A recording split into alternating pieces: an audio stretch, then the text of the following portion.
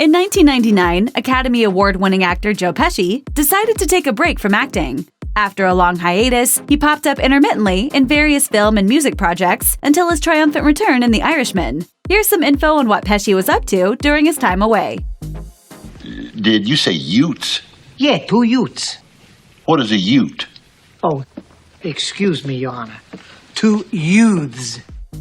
The music career Joe Pesci left acting to pursue is totally legit. The man can croon a jazz tune with the best of them, and Pesci isn't a Johnny-come-lately on the jazz scene. He's been at it for more than 50 years. Biography reports he played guitar in the 60s, with the band Joey D and the Starlighters at the famous Peppermint Lounge. In 1968, he recorded his first album, Little Joe Sure Can Sing, under the pseudonym Joe Ritchie. He released an album in 2003 with Joey DeFrancesco, entitled Falling in Love Again, this time using the pseudonym Joe Dogs. And his 2019 album Pesci, Still Singing, includes 2 duets with Adam Levine, and was published under Pesci's real name. Not everything he records is sublime jazz, though. He has a goofy single called Wise Guy, in which he raps about a mafia gangster persona. The song was on his 1998 Vincent LaGuardia Gambini Sings Just For You album, which set his My Cousin Vinny character to music. Switching gears yet again, Pesci recorded an out-of-this-world cover of The Nearness of You in 2017, with legendary jazz singer Jimmy Scott. So while gangster films and playing violent characters may be the first thing you associate with Joe Pesci, don't forget about the music, which is an integral part of his story.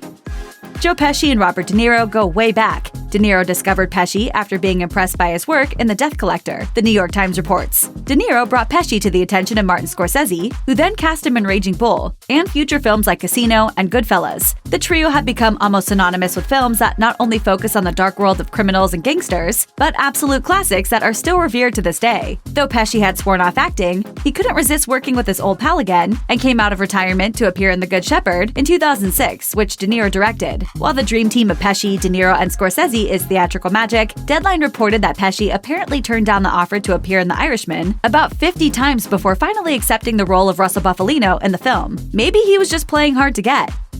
Joe Pesci was doing radio and plays by age 4, and was a regular on the variety show Star Time Kids when he was just 10. When you get a taste of love from audiences at such a young age, applause is a high you chase for the rest of your life. While his first credited film The Death Collector was a bust, it led him to a bustling career that cemented his name into film history, with an Academy Award win for Goodfellas, and numerous nominations for other ensemble cast films he starred in like The Irishman and Casino. Even his co-stars have won awards, like his My Cousin Vinny scene partner Marissa Tomei, who won an Oscar for her work on the film. The actor told the Los Angeles Times, "I try to bring a little fun to all my characters, a little black humor." I'm funny how? I mean, funny like I'm a clown, I amuse you. I make you laugh. I'm here to amuse you. What do you mean funny? Funny how? In 1990, Pesci was able to show off his physical comedy chops in the classic Home Alone, playing one of the attempted robbers who are continually thwarted by Macaulay Culkin. In fact, he has always had comedic sensibility and timing. Even back in the 60s, he performed as part of a comedy duo with actor Frank Vincent in comedy clubs throughout New Jersey. It's hard to believe one person could have so many fascinating life experiences. Like many retirees, Joe Pesci has time on his hands to take part in fighting proposed development around the neighborhood. But unlike many retirees, he is New Jersey royalty, so when the actor joined some of his neighbors in writing letters to oppose a proposed 300-foot dock on a neighbor's property in Lavallette, New Jersey, it became a story that wound up in Page 6. Pesci's house, which he has owned since 1990, is on Barnegat Bay. He complained in his letter that the extended length of the proposed dock would block the views of the homeowners and also cited safety concerns. Mafia characters spend a lot of time on docks dumping bodies, but this time, it looks like Pesci is dumping the property, eventually putting it on the market. Realtor.com reported that he listed it for $6.5 million. Joe Pesci is full of surprises. According to Time, Pesci apparently played at least a small role in the formation of the popular doo-wop band Frankie Valli in the Four Seasons. Pesci and Tommy DeVito, a founding member of the group, are old friends. Pesci introduced DeVito to songwriter Bob Gaudio, who wrote many of the band's hits. The Jersey Boys musical, written about the formation of the band, even includes Joe Pesci as a character. When the show opened on Broadway in 2005, Pesci, DeVito, Gaudio, and Frankie Valli all reunited and hugged on stage. Here's where it gets kind of meta. Pesci's fictional character in the film Goodfellas was named Tommy DeVito, after the Four Seasons band member, though hopefully that's where the similarities between the two ended. Then, when they made a movie of the Jersey Boys Broadway show, in which there was a character named Joe Pesci, who was based on the real Joe Pesci but played by an actor because the real Pesci was too old to play his younger self. And in between all of that, as the New York Times reported, Pesci helped DeVito get bit parts in a few movies, including Casino.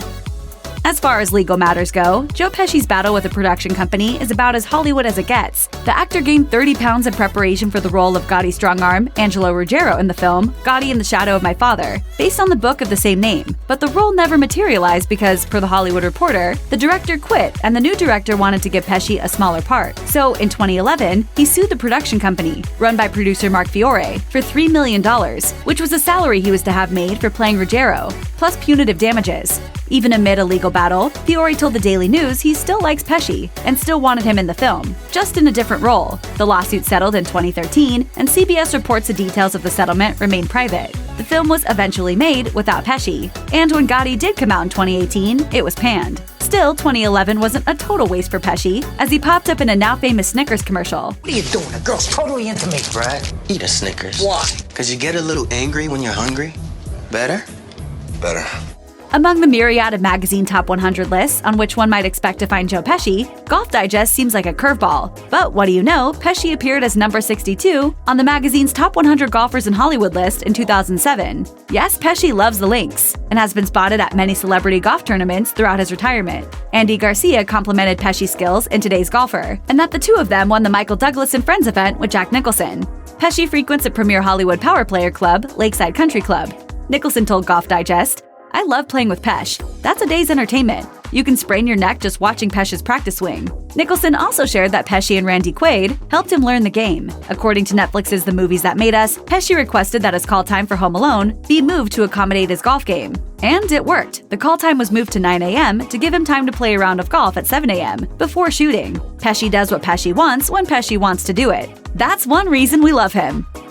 If winning an Oscar didn't do it, Joe Pesci was cemented as a pop culture legend when he was lampooned on Saturday Night Live. The legendary sketch comedy series threw a recurring Joe Pesci show skit into the rotation, with Jim Breuer playing Pesci. Hey everyone, I'm Joe Pesci. Got my mic here, got my chair here, got my desk here, I got my gun here. On one episode, the real Pesci and DeNiro walked on stage at the end of the sketch, bringing the house down and putting some fear and a beat down onto the impersonators. But it isn't just comedy, acting, music, and friendship for which Pesci is known. He's also a style icon. More specifically, his characters all have one common style thread: the pointiest shirt collars known to man. GQ explains the collars were a staple of New York gangster style in the first half of the 20th century, when sooty bravado was a part of the whole threatening package. You better believe the shirt he wore to the premiere of The Irishman had a pointy collar. Pesci took this fashion statement from the screen to the red carpet for his swan song. Sadly, De Niro and Pacino told The Guardian that The Irishman was the last hurrah of this group of longtime friends and co-stars. See you on the golf course, gentlemen. Pesci has a tea time at 7. Check out one of our newest videos right here. Plus, even more Nicki Swift videos about your favorite celebrities are coming soon. Subscribe to our YouTube channel and hit the bell so you don't miss a single one.